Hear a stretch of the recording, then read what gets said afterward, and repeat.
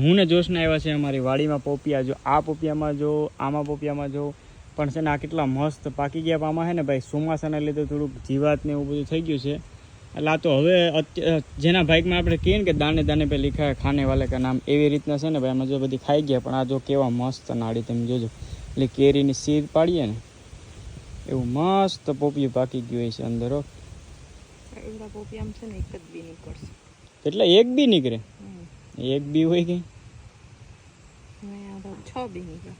આમાં 6 બી નીકળ્યા ને જો કેટલું મસ્ત છે. જો પાકી ગયું ને આ ભાઈ છે ને થોડુંક જી ઉલા થઈ ગયું ને જો આ બાજુ આ બધી જો ચકલા ને બધી ખાઈ ગયા. બરાબર, અત્યારે હું ને મેડમ આવ્યા તમારી વાડીમાં આટો મારવા માટે.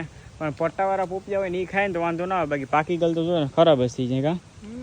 ચોમાસાને લીધે ખરાબ થઈ જાય. આ બધીમાં જો ખાઈ ગયા. પણ શરીર માટે પોપિયા બેસ્ટમાં બેસ્ટ, પણ હું નથી ખાતો. કા હું પણ નથી ખાતી.